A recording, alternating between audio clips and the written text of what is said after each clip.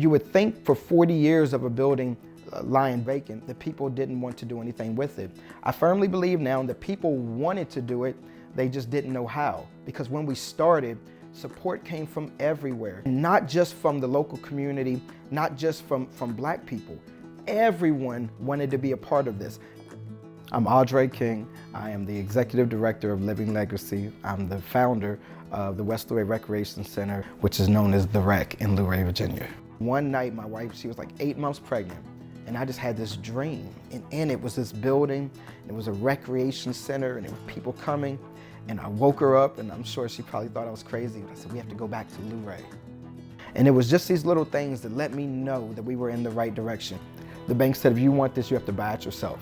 They gave us the key to the building 9 months before we purchased it. We had to raise about $20,000. And we came in and we started cleaning and renovating it.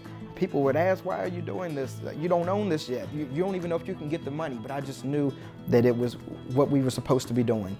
This is kind of like a hub that everyone has came to and to take their resources and to pour them back out into the community.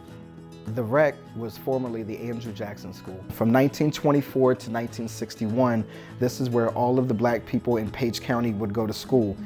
When I grew up in Luray, there were still very prevalent racial barriers. When I got back to Luray, not being here for over 10 years, I thought it was the same. That was one of the distinct things that we had to clarify to the community, is that this is not just for the west side of Luray. This is a community center for everyone. One of the biggest things that I've understood is it doesn't matter who owns it. It doesn't even matter who runs it. Its roots are deep in this community. When Deshaun Hill had a mental breakdown which resulted in his death, there became a need. And from that need, Mental Health Mondays came. When COVID hit and over half of the students in Page County were failing, the tutoring became a need. When we found out that kids had no place that they could call home and no one that was helping them with development in life, the mentorship became a need. Everything that's been done here has been done through local citizens donating, supporting, and growing us to become what we've become. We developed a relationship, the trust, that you can share with me what's going on in your life. I'm not going to judge you. If it's 11 o'clock at night and you're at the wrong place and you call, we will not ask any questions. We'll come get you. We'll send one of our mentors to get you and take you home.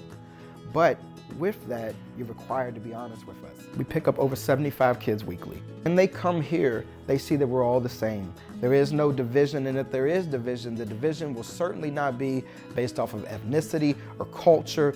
We bring in kids from all walks of life. We have kids coming from Newmarket, we have kids coming from Luray, we have kids coming from Shenandoah. It's not to say that with everyone it's going to work, but I believe that 5-10 years down the road, they'll grab and say, I remember what I learned when I was at the rec center, and I'm going to do better. I know where we pick these kids up from, and I also know where we're going to drop them back off at. So if for a moment in time, we can create a healthy, a positive, and a safe environment, we've done our job.